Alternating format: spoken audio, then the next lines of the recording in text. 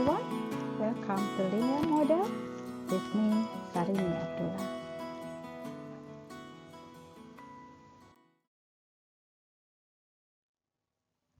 In the previous video, we already learned about the linear correlation. To be exact, is Pearson linear correlation. We learned about its formulation.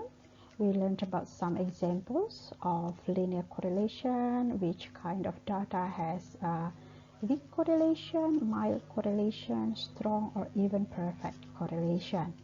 We also learned about how to utilize the linear correlation to measure the strength of relationship between two variables that are not necessarily linearly correlated, but it also can accommodate other kinds of functions. So in this video, we will learn about the relationship between correlation and regression. Why?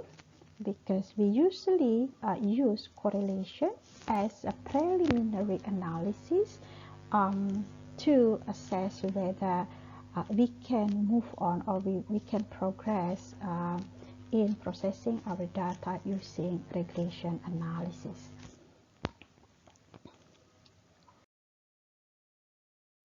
So here are the formula for the correlation that we've learned before, where on the left side is that the formula for the population correlation, in which rarely we can do like this unless we have the population data.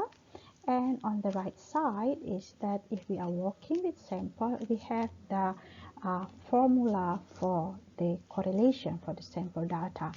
And we will elaborate this formula further to find the relationship between this metric and the regression coefficient in simple linear regression.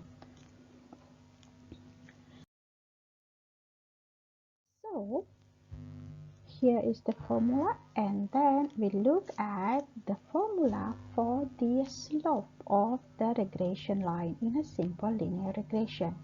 If we look at these two formulas, they look similar, except that in some little detail. Now we just need to do some arithmetic manipulation to try to rewrite the formula of beta 1k into the formula of the correlation.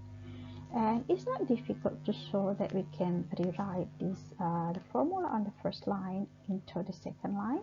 And then if we look at the first term of this formula here, this one is the same with what we have in the coefficient correlation. So then we can see that the slope of the regression line is just that the sample correlation amplified by the square root of sum of the square of the difference of y to its mean and x to its mean.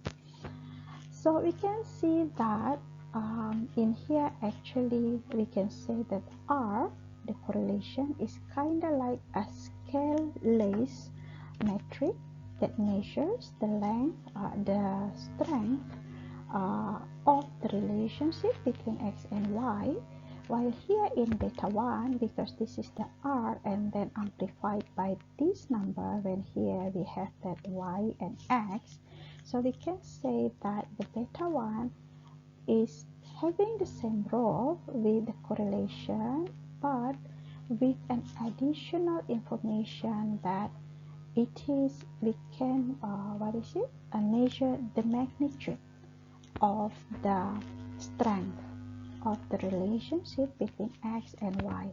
What I mean by magnitude is, here in correlation you can also measure the magnitude, but the interpretation that we have so far for the correlation is that, okay, correlation of 1 means a perfect relationship between x and y, which means that when x changes, you expect that y to change as well, either increasing if R is positive correlation or decreasing if R is negative correlation.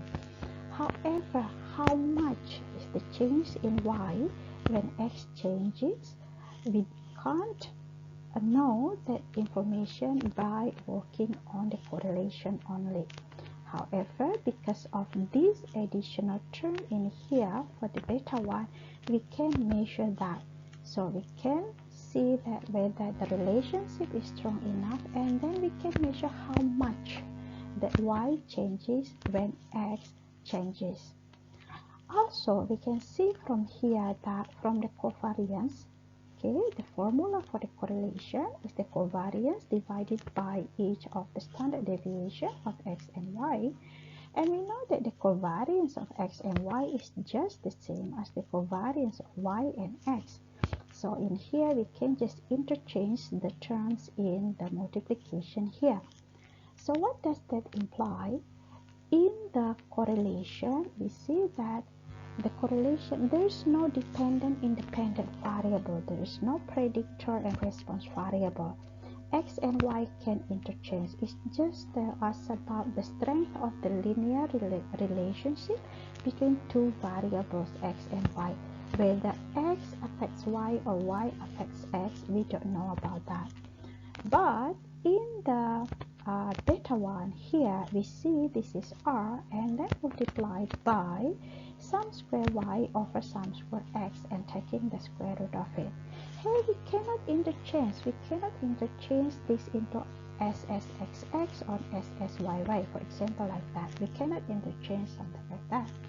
So it means that in this case, we cannot interchange the role of X and Y for beta 1. So in beta 1, we know that X as something that will affect the value of Y. We cannot change that Y affect X. We cannot do that. But in correlation, yes, we can do that. Those are two main points that we need to realize about correlation and regression. So, if we may summarize the comparison between correlation and regression, here in correlation we have the exchangeable role of dependent independent, because like we saw before in the formulation, we can just interchange X and Y. While in regression, the beta 1 coefficient, we cannot change the role of X and Y.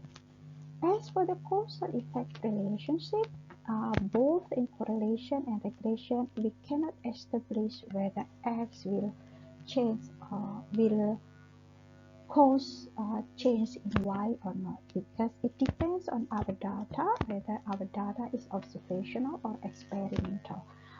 For a detailed explanation, please refer to the video about observational versus experimental data. Both can measure the strength of the linear relationship. However, for the correlation, it cannot quantify the magnitude of the relationship, while for the regression, it has more information in the sense that the value of the beta 1 measures the amount of change in Y when X is changed.